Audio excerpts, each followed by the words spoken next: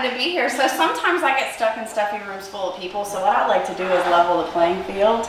And I like to get vulnerable and look into your soul and tell everybody what you're secretly scared of. So that's what we're going to do right now is I'm going to call out some of the things that you guys wrote down on a piece of paper. And I want y'all to try to figure out who it is in the room that wrote that down. Okay? So here we go. I was almost bucked off a horse last week, and while trying to get on the horse, the saddle slid to the side and I fell right off. Who do we think that is? Oh my. Who fell off a horse last week? Wasn't me. Yeah? Was it you? It was me. Ah, you fell off a horse. It was my third lesson. Oh, no. Yeah. All right, well, we know she's not cooler than us, so let's keep going here. I am secretly terrified of kitty cats. Oh, terrified of cats? Kitty cats. Are you Is terrified? that you? No? Mike? Right? No. Is it you? No. Is it you? Yeah. It's me! I'm so scared of cats. They scare me to death. Like, I am so fierce. I run mud races, and like, I would punch Mike Tyson in the face, okay? I'm crazy. Kitty cats. They terrify me. No, they're not cute at all. They're not cute at all. And your cat is not like a dog. And no, I will not like your cat. And no, I do not want to meet it. It's like as if I had a pet spider and I was like, but he's a nice spider. No. They are. I root for both teams in Kentucky and Louisville. Yes. Must be. So, I kind of rate that, but in the state of Kentucky, there's, you know, if you're a sports fan, you either like U of L or you like U of K. But since I moved away 30 years ago, I like them both. I go home. It's sacrilegious. No. Yeah, you can't do that. UK fans do not like U of L fans and vice versa. So, Awesome. Dark secrets. I was in a grocery store commercial when I was 10. Is that you? You? Oh, what were you doing, Lashes? It was Shoppers Food Warehouse in Manassas, if you've ever heard of it. yeah, I live there. Yeah. I didn't know warehouse. And my mom actually worked there, so we were able to, they were doing a commercial, so we just went through the line and put our groceries up on the belt, and yeah, it was pretty cool. That's awesome. My wife and I were just talking about that store the other day, you know, how you had to bag your own groceries. And, Yeah. we live right across Southern Manor. So, yeah. We grew up in Manassas. Very cool. So we have a film star in Yeah. the room. Very nice. We didn't know who we were among. Okay, I'm terrified of spiders, but I will not let anyone kill them. You're only one left, so it kind of has to be. Oh, Mike good. did fill his out. Yeah, somebody didn't play by the rules. Mike did That's not okay. too. That's okay. Well, the whole point in that exercise was so that you can see something vulnerable about the other people around you, because honestly, we all put our pantyhose on one leg at a time. Unless you don't wear them, then you're slacks, I guess. I'm used to talking to women, so you have to bear with me. But let me tell you a little bit about me. Now that the playing field is level and you know that I'm scared of kitty cats, my passion is to plant seeds of change in the lives of people, externally, internally, and eternally. And I call these transformations going from a hot mess to hotness. And so that is the name of one of the companies, many companies that I am involved with, is Hot Mess to Hotness. And that came from a transformation I went through a couple of years ago. I went through a 270-pound transformation, and I'm going to tell you about that here in a minute. One thing, some directions I want for you. I like everybody to be engaged, okay? When I'm standing up here talking, y'all are just staring at me, it freaks me out. I need constant recognition. So here's what we're going to do.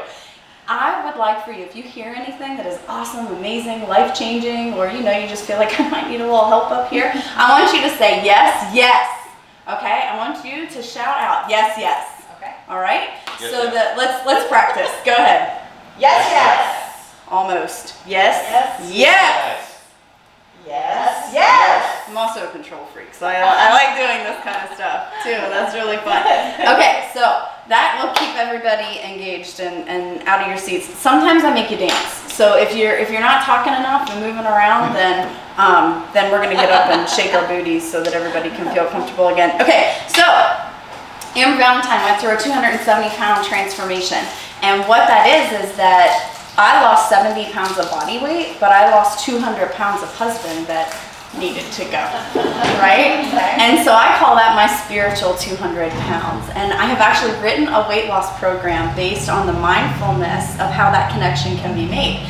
And so all the stuff that I'm getting ready to tell you is an accumulation of all of these years that I spent building things on top of myself that I thought, see, I told you I was going to stare at you the whole time. It's this seat, it's just this person, it's those lashes.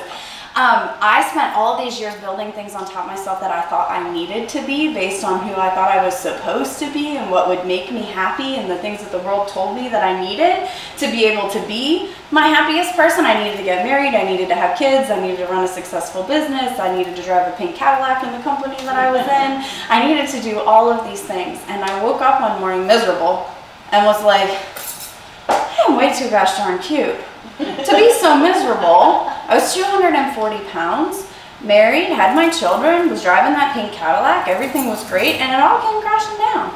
And I had to sit down and figure out, like, why did that happen?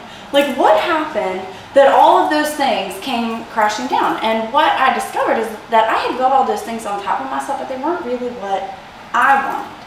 I had taken the other things that people told me that would make me happy and just did them, right? And then I found myself living somebody else's best idea of life. That's not fun. That's not fun at all. And so how that transformation happened is my son was going through some emotional tough times. I have 3 children. I have a 17-year-old, a 15-year-old, and an 8-year-old. And they were going through a tough time, and we were in counseling, and the counselor just so happened to be a member of my gym.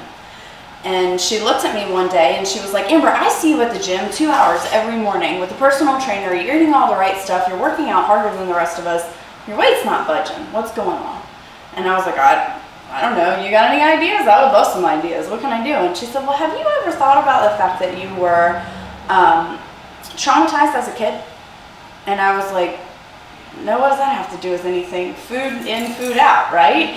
And or food in, calories in, calories out. Not food in, food out. Let's not get it. But she was like, Amber, have you ever thought about the idea that you subconsciously believe that if you are beautiful and desirable, that somebody is going to hurt you?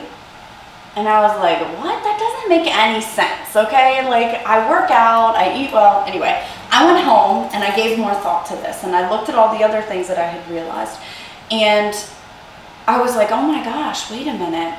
Like, how many other decisions in my life are based on that subconscious belief that somebody might hurt me, a man might hurt me? Oh, let's see. Well, I work for a company full of all women. Exclusively enriching women's lives is our motto, right? I'm a senior sales director with Mary Kay Cosmetics, and I'm driving a pink Cadillac around, right? So I have surrounded myself with all women. Never dawned on me why I would thrive in that business so much, or that there might be something else to it. I also had married a man who was like my friend, but he was also, the one thing that we really had in common is that we both really liked me.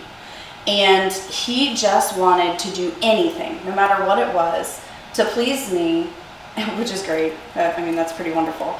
But he also would never hurt me and would never, you know, challenge me or come against anything. And we were dragging each other through our lives. Like, I was dragging him on a path to success, and he was dragging me to just wanting to work 9 hours a day and die and retire, or retire and die, hopefully, in that order.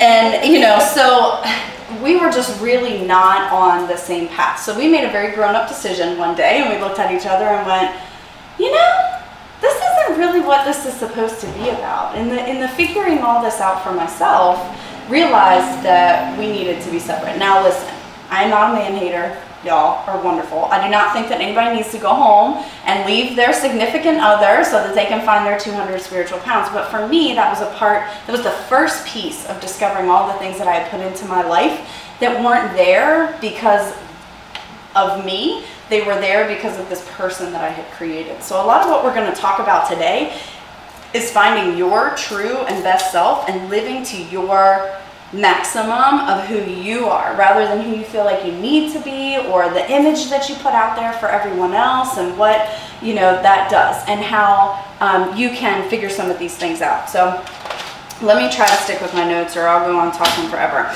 So, rewinds, the story will all come together eventually. I was a stay-at-home mom for about 2 weeks. Like I heard everybody say, oh my gosh, well you'll be so much happier, you know, if you are a stay-at-home mom. And I'm like, well, I'm married now and I'm having my 3rd baby. I'll start a company where I can stay home. Great, everybody says, you know, you should be a stay-at-home mom. That'll make me happy. I can be home all day. That'll be great. I was home like 2 weeks with my children, and I was on my 2nd bottle of wine at like 10 a.m. in the morning, and I'm looking at them, and they're looking at me, and I'm like, you are not stay-at-home kids. I'm not a stay-at-home mom. This is awful. What am I doing? And it was absolutely crazy. And what I realized is they needed to have their day and I needed to have my day. And just because that made somebody else very happy, or that seemed like a great thing to do, momtrepreneur, I was like, I'll be a momtrepreneur. No, that's not for me. No.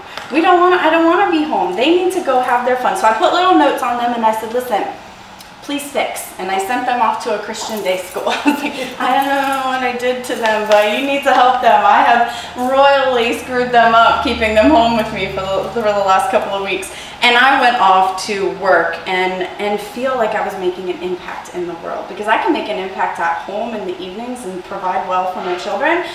But in the workforce, I feel like I can look into the lives of other people and say to them, you are absolutely amazing and appreciated, and what you're doing makes an impact in the world. I want to inspire others to do what inspires them. That gives me joy, right? And that was so much more than sitting at home watching kids put Cheese Whiz on carpet. So my motivation hadn't come from me, it had come from what others said would be awesome. So I found myself living someone else's dreams. The first lesson is to be mindful of your motivation and to be yourself unapologetically. Live out loud. Like, what is it that makes you tick? Like, I love to dance, so I dance. What? You're smiling. Live out loud. Do the things that make you happy. Like, if you go to work and somebody says something and it isn't the right thing, be willing to speak up and say, that's not the right thing. We shouldn't do that. When you see crappy stuff on Facebook all the time, that's all the time. You don't have to go on there. Yes. Woo, somebody said it. All right, I thought I lost you. When you see crappy things on Facebook, don't go on there and spread all kinds of hate, but send that person a message and say, are you sure about that? I really didn't sit well with my soul. Like, we need to talk about this.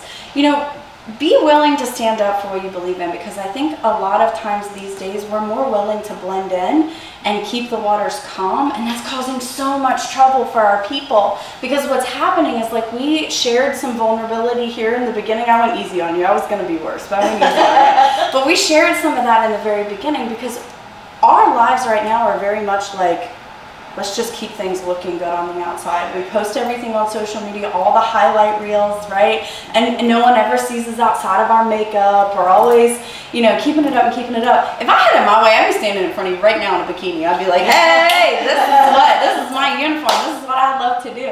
This is what I want to wear. I figured for the chamber I better put on an outfit. But, you know, we continue to do that every day, and we put forward the face that we think other people need to see. When in reality, other people need to know the struggles that where we have been, and that they can be okay too. Because my absolute heart song, like the reason that I have all these businesses that I'm part of, is because I'm looking to reach out into the lives of the most people as a successful person and say to you, you're never going to believe where I came from. And it does not matter what has happened, where you've come from, what someone else has said about you. You can make any decision today so that tomorrow is better than yesterday. You can do anything today. Yes, you can do anything. And you know, when I was a kid, it was told to me a lot to sit down, be quiet. Nobody cares. Why are you so loud? You always share your opinion. You always this, you always that. Do you know how much I love that I now get paid to give my opinion? Yes. But I love it. Yes, I love it. And it's because I didn't have to, if I had chosen to listen to that, I'd be sitting in a factory or something somewhere, because that's what I was told to do. I was told to work for 30 years for somebody that would pay me to do manual labor, because that's all I was good for, or other things, but we'll talk about that. and work for 30 years there and then retire and die. And one day I woke up and I was like, wait a minute, I don't have to do that. That's not how life actually works. There are people that I'm glad do that. That is what they're good at. Do you know that you can be like, you can be in any business and be a joy to the people around you. Like I always use it, you can be a janitor at Denny's and be changing lives, okay? I don't care what it is that you're doing. Say that louder for me. Yes, yes. Yes, yes, yes. I don't care what it is you're doing. If you're doing it well and you're doing it with passion, and you're doing it with the kind of energy that I'm giving you right now because this is what I love to do, then you're gonna make a difference in the lives of the people around you. So even if you're sitting in an office all day, talk to the person that comes in to clean. Talk to the UPS guy that comes in. Go out and get your lunch and talk to that, just share what it is that you have to give the world and what makes you you. Or maybe you're a very quiet person, but what you're really good at is the details. So find the person in the office that's like me that can't do details. Go get her and help her with the details. You will change your life for sure. Another thing that I want to put out there is that, and I actually thought I made this up, and I didn't. I heard it one time, I guess, on TV. It was from Albert Einstein, and I went to a speech, and I stood up there, and I was like, I had this thought the other day, and it was absolutely amazing that somebody told me to do it. I thought I was a genius. Well, yeah, he was. But anyway, so it said, be careful how you compare yourself and what you're using as your measuring stick, because if a fish was only ever tested on how well it climbed a tree, it would always fail and think it was stupid, right? I don't know how exactly he said it, but that's my interpretation of that. I'm sure it was more like Smarticles and, whatever. But so if you know you're a fish, you're not going to get into any tree climbing contests, right? But also, why don't you enter the swimming contest? Like, go out there and do the things that make you great. Like if you are in a sales position, but you know that you don't necessarily like closing or making people feel like they need to give you something, then quit and go do the thing that makes you happy. If you are, I don't know, in any position, like I could think of like 10,000 different things, but if you're in any position and you're like, this doesn't really bring me joy, well then you're doing a disservice by continuing that position, because your job in the world is to take the gifts that have been given to you and to give them out. Okay, so if you know that those gifts aren't being exercised every day, I don't care what it is, you should be, if your greatest gift is eating tacos, you should be in a taco eating contest every day of your life. Like, open a taco store. Go, whatever. Like, do the thing that really motivates you. Because when you give permission to everyone else in the room, like, when you shine as your best self, you give everyone else in the room permission to do the same thing. I can't tell you how many times I walk into a room full of very, appropriate people, very, I don't know, like that's the only word that I can think of right at the moment, just very, and I have to like start creating some excitement. I'm like, okay, let's be silly. I'll do something like I'll pull out my brand new business cards. You see these? So let me tell you the story behind these little tiny cards. I went online to make my own business cards and I was like, oh, this is wonderful. And I was like, well, that button makes it cheaper. Why? I can't, whatever, when I click it, the price goes down. I make business tickets. Isn't that exciting? Little business tickets. But I love telling stories like that because I'm like, even you can be a super successful, awesome, shiny person. Look at what I did. But now I keep it. So I keep making the little tiny business cards. Business tickets. That's right. Would you like a business ticket? You know you do. Yeah. See? I did one. Yeah, yes. Yes, yes. Yes, yes. Everybody's going to get a business ticket. And so I just love to share the things that I've done. Like, let me tell you another story. So I'm in my pink Cadillac, okay? I'm in a $600 suit because that's what you do when you drive a pink Cadillac. You drive around and you gotta look all good. Your hair's gotta be all cute. I know, it's so cute. And your makeup's all done, and I'm going to help a new consultant start her business. So I drive 2 hours, okay, in my big pink Cadillac. 2 hours to Maryland somewhere in the middle of nowhere. I park my car, straighten myself all up, and I go to get out of the car, and I drive barefoot. Anybody else?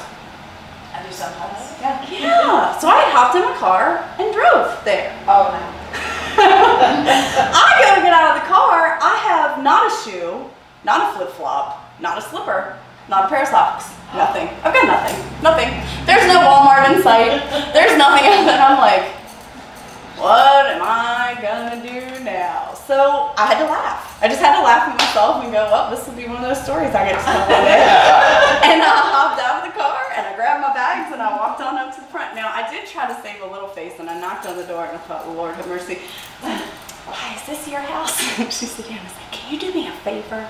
Could you go upstairs and get me a pair of shoes? I said, I won't put them on my feet, I promise. I just want to walk in with them so that it looks like I have shoes on today. Can this be yours and mine secret? You know that girl went upstairs and got the ugliest pair of shoes I've ever seen in my life. I was like, never mind, I'm barefoot. I came barefoot. I am not playing with those shoes. That is not happening. No way. But you know, you have to be able to laugh at yourself and move on. I think it is something that is painfully missing from our world right now. I really do. And maybe it's just the world that surrounds me, but if you feel the same way, then I hope if you hear nothing else I tell you to do today, that you take that and change it. Because my mission, I've told you my passion, my mission is to shine so bright that it gets on you and you have to go shine for the rest of your day, and that we make that contagious. That everyone is inspired by our energy, and that you look for ways every day that you can help someone else see how amazing they are. Like, what if that's what we did every day? If we just went around and thought to ourselves, okay, this is the work I have to do, but how can I turn it into something that is going to make other people love their life? You know, how can I help that person? And you'll hear me always say, I appreciate you. Because how many times do we hear that? We don't. It's I say it every day, yes, yes. Yes, yes, I say yes. no, my please. Good, good, good. That's wonderful. I'd love to come talk to your employees. They probably like you. And that's always a fun company to talk with when I'm doing like time management or emotional management, that kind of thing. Applause to you. Because why make someone else's life miserable? Why create an environment where people have to look over their shoulder? Why make people feel like they're gonna get in trouble or that they're gonna lose or need to be scared? So let's talk about fear real quick, because I'm way off my notes. Not even close. Well, I gotta go through it because at the end I have to. So lesson 2, try new things. Until I earned my pink Cadillac, when I earned my pink Cadillac, they asked me to give a speech. I was 27 years old. I've been in the company for a year. I was speaking behind a woman who had been in for 30 years. And I'd never given a speech before. Heck no. And I told you what was told to me when I was little. I was scared to death. I was like, you know what? You just tell them what I did. It's okay. I'll write it down. I'll give you the whole plan. You just go tell them. They're like, no, we need you on stage. I'm like, no, you really don't.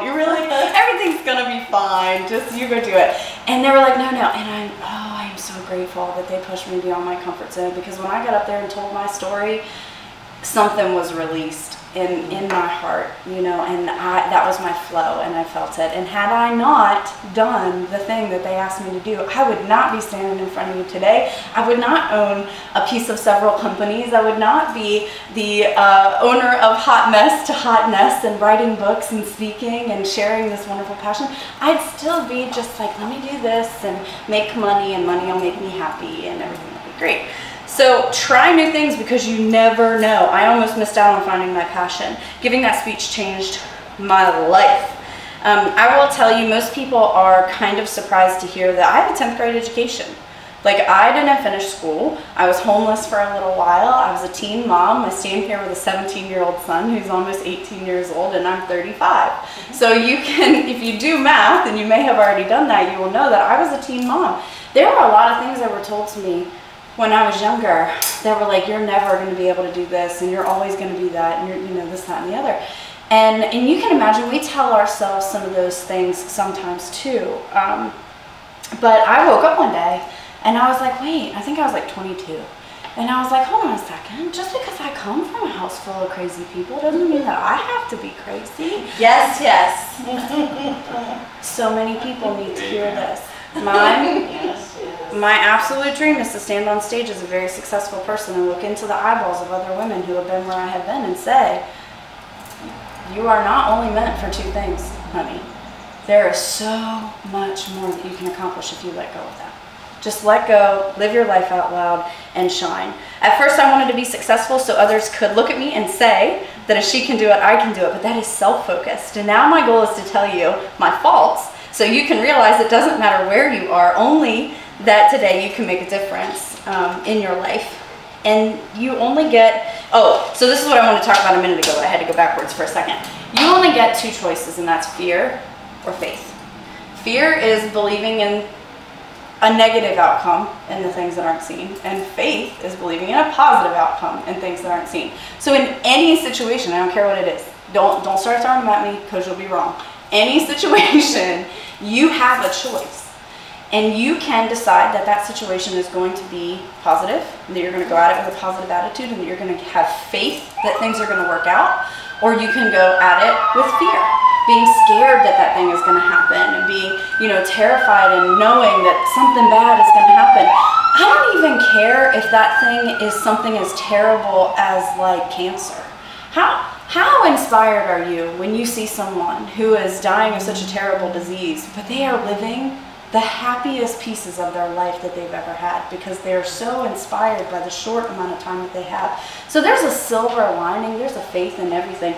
And we shouldn't determine ahead of time when something is bad or good, because we don't know. It's not up to us. We should just determine that no matter how things happen, that we're going to be okay. How many times has something happened to you, and in your heart you're like, I don't know why, but I just know everything's going to be okay. Everything's going to be okay. Live there. Live there. Why choose to live anywhere else? Live in that spot. No matter what happens to me today, everything's going to be okay. Yeah, yeah. Yeah, yeah. Yes, yes. Me to a T. This is awesome. We should have coffee. And we should talk about stuff. But yeah, it's so amazing because when you do that, and maybe you can co-sign on this for me, when you live that way, other people look at you and they go, well, you don't understand because nothing has ever happened to you. And then you get to look at them and go, oh, me, this energy, this happiness that you see for me, this is a choice I make every 5 minutes. And I'll tell you why I make the choice. It isn't for me, it's for you. And I'm like, what? Because I can stand before you and tell you everything that's wrong with me, and I can drag you down in that hole. Or I can constantly find the best in what's going on and bring you up, right? And the energy in the room is up to me. I see it my responsibility everywhere I go that the energy in the room is up to me. So I walk in and I decide, do I want it to be a good day or a bad day? So let me tell you, I don't know how long I've been talking, Lord of mercy. So let me tell you about, who knows who Dave Mustaine is? Because it doesn't work as well. If you tell. Yeah, the story doesn't work as well. If you tell. Yeah, right. Like how I'm Where going to we're bring going that with in. this. Where are we going with this? Okay. So Dave Mustaine was a guitar or bass player. I don't know which one. Which one? Guitar. No bass. Bass? That's what I thought. Thank you. He was a bass player, and he was part of a really awesome band, right? He couldn't get his ass together, and he, just as they released their first big album, he was dismissed from the band, out of the tour bus on the way to their first biggest thing, okay? And he took his 5 minutes to be really pissed off about that, as anyone would be, right? We're on Dave's side here. We're like, oh, okay, that really sucks. What a jerk move, band, right? Well, so on his way home, he wrote the lyrics to what would become, I wrote it down, the 1988 Megadeth album Set the World on Fire. Okay, so he took that thing that happened to him and he became the father of death metal, right? That seems like a really positive thing, right? The only problem is that after he sold his first 1 million copies, they did an interview with him. And they set him down, they're like, Dave, you must be so happy, look what you've accomplished, blah, blah, blah. And he was like, no, I'm not. And he said, what? He said, I consider myself a failure. Why? Well, because I only sold 1 million copies, and the band that kicked me out, Metallica, has sold 83 million. Yeah. And since I haven't beat them, I like this pointless. How sad is that? That is the saddest. This is why I call this mindful motivation, okay? Be careful where your motivation comes from, because he accomplished something amazing, but he did it for the wrong reasons. And because he did it for the wrong reason, and it wasn't to fill his soul, it wasn't to fill the souls of the people around him. I mean, we are talking about death metal, but anyway, it wasn't to, you know, do all of that. It was to beat somebody, to be in competition, to get back the other guy, So right? you can't celebrate that success. No, you can't, because it's not for the right things, right? And even if he had oversold Metallica, what, do you think he'd really be that happy? No, he'd be an old man who reached this goal that didn't really matter in the first place, and he'd be like, yeah, did it. Now what? Now what do I do? Because he has no purpose, real purpose that matters or that makes an influence in the world, right? So you have to be careful where your motivations come from. I am going to ask you to, not right now, but write down some of the things that you're most excited about to do in your life. Like, what are your bucket list things? Like, what do you want to accomplish? And then kind of step back and look at where the motivation might be behind those things. Because some of them you're going to check off and go, yes, I still need to do them. Other ones you're going to be like, I'm only doing that because my mom said that I couldn't. Or I'm only doing that to show that person this. I realized one day that the only reason I wasn't leaving a company that wasn't good for me is because I was like, I knew that it would give somebody else that I hated my position. Like, that's terrible. I'm glad you don't think like that anymore. No. What? But it's serious though. Like, how many things are we doing only because to spite somebody or something else? You know? Right. Or like I heard Kyle Cease is a really awesome motivational speaker that I love because he's also a comedian, which those are like my two favorite things. I asked him on a date and he said no. But anyway, it was really bad. He's like engaged or something and had a baby.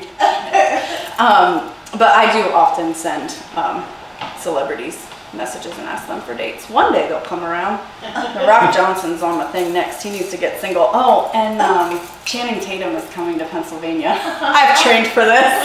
Like, we're going. I forgot what I was talking about. Oh, Kyle is, what was I going to tell you that he did?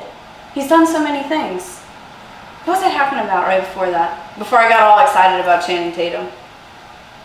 He's Motivated.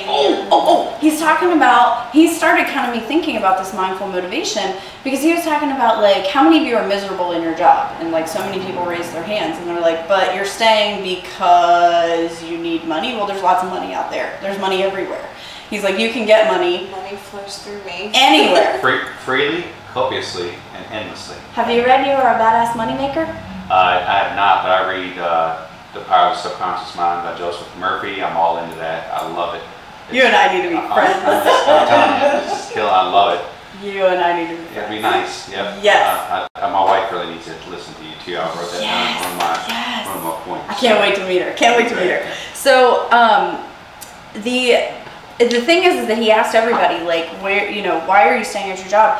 And then he said, you know, it's funny because we make all these little excuses. Like, we're scared and we make these little excuses. Like, how many times have you been like, you know what, I was going to put my notice in, but we have that cheesecake factory party next week, and I'll wait until after that. Could you go to Cheesecake Factory on your own? Yes, you don't need to wait for that. But you find like little reasons to keep yourself from doing the things that are unknown, you know, and because unknown is scary. But do you know that inside your mind you have a thinker and a prover? And if you think something, no matter what it is, no matter how ridiculous it is, you believe it. Yes. And then, yes. yes. And then your whole life goes to prove it. Like everything you do, all your decisions go to proving that thing that you think. So that if you think that you can't leave that job, guess what? You're going to go to prove it every day. If you think that you will never make enough money to survive, you're going to make decisions every day that prove that very point. However, if you get up every morning, you know what? I'm a gosh darn millionaire. People just haven't realized it yet, but they're coming around. I'm going to go out there today, and I'm going to do amazing things because I'm an amazing person. And other people like me and love me. And what is that Saturday Night Live skit? You're good enough, smart enough. Yes. Do it. Let me tell you what I do in the mirror every morning. And you could probably tell when I walked in here today that this is my attitude. I look in the mirror every morning and I go, mirror, mirror on the wall, who's the hottest of them all? Golly gee, it must be me because I'm the only one I see. And I go out of the house with that feeling. And I want to get that on everybody else, you know? And so another thing that has changed my life is The Miracle Morning by Hal Elrod. If you're reading self-development books, this is something that you need to read. I implemented meditation, affirmation, and visualization in my day, every day, no matter what, as if it is my breakfast, okay? I get up, I go to the gym at 6 in the morning. God help us all. I'm a sleeper, but I do it anyway, okay? I know that somebody out there cringed when I said I actually get up at 5:15. And I can't sleep at night, so it's not because it's comfortable for me. I choose my best self, and I'm worth it. So I get up at 5:15 most days and go to the gym. I come home and I have an hour before my children get up that I can spend on me. And one of the most important things that you can implement today is meditation. 10 minutes. Yes, yes. 10 minutes. It's harder than it sounds. 10 minutes of nothing. Just being okay, living in that place of I am okay, right? That we were just talking about a few minutes ago. Sitting still for 10 minutes, turning your phone off for God's sakes. Have a little notebook beside you because the first week that you do this, you're going to have lots of things that come up in your mind and you're going to be like, I got to deal with that. Like that's important. I can't sit here. I have to go. No, write it down. It's 10 minutes. Because if you can't spend 10 minutes alone with yourself, who the hell is going to want to? Nobody. So spend 10 minutes. I recommend an hour, but spend 10 minutes with yourself every day. And as thoughts come into your head, push them out because they don't matter. Because you'll find the first couple times you sit there, it's what am I going to eat for lunch today? What color socks am I going to wear? How many? You're going to be thinking about all the stuff you need to do and what you need to post on Facebook and this, that, and the other. Push it out, push it out, push it out. Okay, I'm just going to breathe. I'm just going to breathe and I'm going to forget about that. And then something really important will pop in. Write it down. Push it out. Think about it later. Right now it's about you, right? And then just focus on thinking absolutely nothing. And I can tell you what will happen. You'll go, oh, I'm thinking about nothing. I'm doing a really good job. Wait a minute, I'm thinking about nothing. How do I not think about something and think about nothing? Like you'll have these conversations with yourself. But there's a muscle that you will learn to flex in your mind that you will be able to, again, I like to visualize me just kind of pushing it out of the way and going back to breathing and just, I'm in this space. The sun is shining. Everything's fine. Okay. Just sit still. Think about nothing. You know what this is really good for? Later in the day, when somebody really gets under your skin and you need like a minute, like you need to not tell them the first thing that comes to your mind because that would probably get you in trouble. So you need to like, that meditation muscle pops in right then and you keep from making these decisions that will cause trouble for you. You can kind of, wait, let me take the emotion out of that situation, let me think about it. Here's what I should probably do. And so you're flexing that. Or if you are having like a total anxiety attack, anybody else get anxiety attacks? I totally get anxiety attacks. Everybody does, don't lie. You can just flex that muscle again. Wait, everything's fine. Let me breathe. I'm in this space. I'm alive. Everything is going to be okay. I also like to breathe in the things that I want from the universe and breathe out the things I wish to give. So I will vulnerably tell you what those things are, but you can figure out what yours need to be. I, as a child who came from an abusive home, when I breathe in, what I'm asking the universe for is safety and security. So when I am meditating, I'm breathing in safety and security, breathing out love and kindness. Because if I leave nothing else in this world, I want to leave love and kindness. I want everybody to know that I love them and to do amazingly great things for the people around me for absolutely no idea. Right? Yes. 3 biggest wastes of time. Joy stealers, demotivators, comparison. Stop comparing yourself to other people. Y'all cannot be me and I do not want to be you. Don't do it. When somebody comes to me and they're like, ah, you're such a great speaker, I wish I could be like you. I'm like, you are probably really great at something that I can't even think about. Speaking is my thing. You do your thing. Like, what are you good at? You know, don't compare yourself to other people. That's the whole fish in the fish tank thing. Worry. Worry is a huge problem. Mark Twain. Yes. Mark, yes. There's nothing to worry about when you know everything's going to be okay because you're living in that space. I think Mark Twain said, I am an old man and have known many troubles, but many of them never happened. Right? Right? Yes. We worry about so many things that then don't happen. So why are we worrying about it? That just makes you suffer twice. Right? Is the outcome going to change? No. And in fact, it might come out a little bit better if you don't spend so much energy worrying about it. How many times have we seen things like that happen? Perfection is a joy-stealing illusion. Social media is the biggest culprit. Get off the phone, look up, and talk to the person in front of you, please. Like, I have 2,500 Facebook friends. They do not speak to me in public. Those are not people. They're not friends. That's not human connection. It's just not. I'm sorry. It's just not. You need to reach out and talk to people. Make phone calls. Do you know that you can dial your phone and it'll ring and somebody on the other end will pick up and you can talk to them? Do that all day, every day. Put that back into your life. When you are somewhere, like, your phone does not need to be like that. This is not important. Unless you have children and you have like an emergency or something, I get it. Turn your phone over. Put it away. Engage with the people that are in the room. These are the people that God has given you right now. And that you have something to give to, and that they have something to give to you. So pour into them, and don't worry about it. Post about it on social media later. All right, I'm going to summarize because I think I'm out of time. Lesson 1, be yourself, like your real true self. Otherwise, you build a life and surround yourself with things that are hard and require work. Yes. I saw that happen. I saw that come across you. If you build a life according to someone else's standards, you will have to keep those standards up forever to live that same life, and that is nothing but work. However, if you show up as your true self all the time, then you attract people to you that like you and that are on the same path as you and that want to go where you're going or can bring you to where they are, and you mesh up, and those are easy to work with. There's a flow there, right? And you inspire others to be greater. And that's where we really want to be. Lesson 2, try new things, meet new people, look up from your phone, and live out loud. Lesson 3, oh, I forgot to tell something. Fear or faith? Don't be a Dave. Attract greatness by being great. No Facebook invites can bring you to, or can bring great people to you. Did you know that Martin Luther King Jr., when he gave his speech, did not send out any invites, and 500,000 people showed up?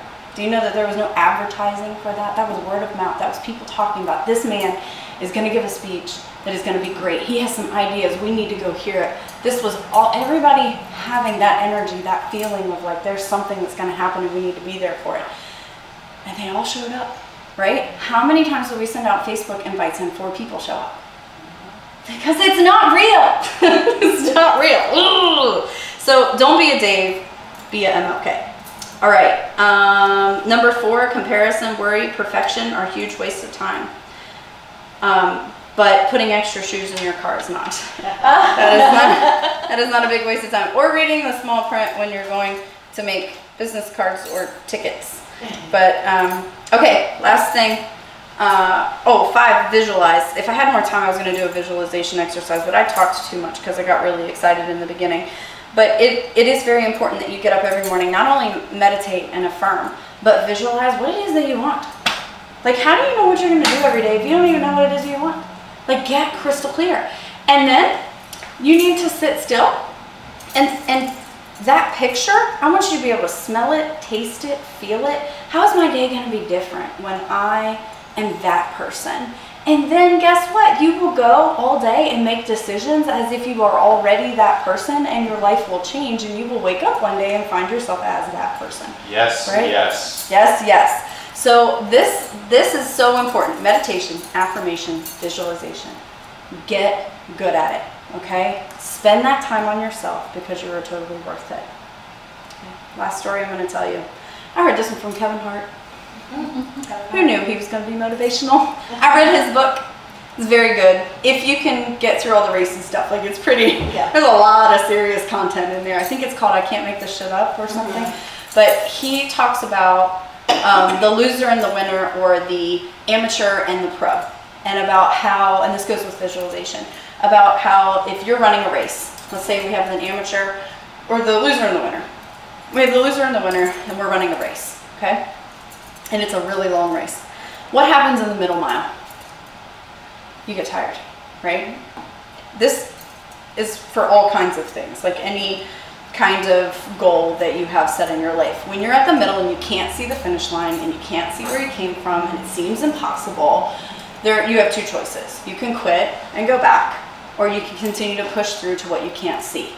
Now, what happens for the amateur or the person who loses in this scenario is that they have not pictured that finish line crystal clear enough, but they can clearly see what they've already done, what's been easy, what's happened before, and then they can go back, right? So they can turn around and go back and say, you know what, that's really not that important. I'll finish another day. I need to be proud of myself for doing halfway. Congratulations, great. And they leave and go home, right? But the winner, the pro, the person who, is really in it, they have been picturing every day what's going to happen at that finish line. They can see so clearly the benefit of continuing to push on, and they're not willing to look at where they've already been because that's not good enough. They have this goal in their eye, right? And they're visualizing clearly, and they already know what the cake tastes like at the finish line because they've been thinking about it every day. And they're going to push and push and push and push and push.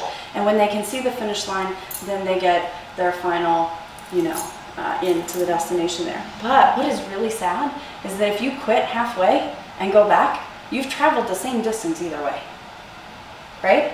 The person that quits halfway and continues forward, or quits halfway and goes back, has traveled the same distance.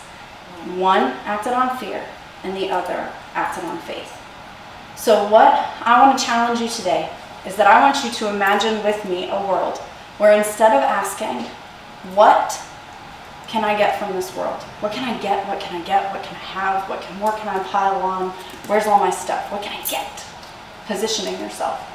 And can you imagine a world where we started to think, what can I give every single day to the people that are put in front of me? Not position myself to talk to somebody else. The people who are right in front of me every single day, no matter where I go, whether it's 500 or 5. What can I give them?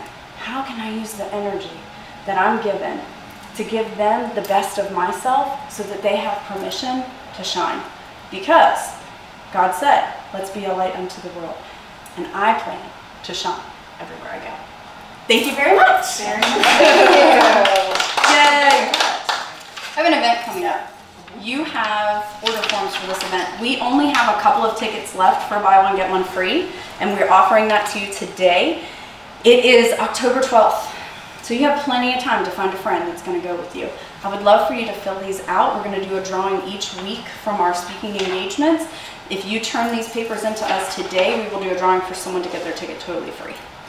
So if you would like to fill those out, it's with Dr. Sherry Yoder and Crystal Smith and my friend Melody Page Ferry. We are going to talk about acting in your strengths. So if you liked a lot of what you heard today, you're going to get more specific and scientific-y advice from them on how to find your strengths, and then motivation from me on shining in those strengths, and then from Melody, marketing major, how to use that to influence others around you and to do your best. So we would love to have you at that conference. I hope that you decide to fill that out and get your tickets.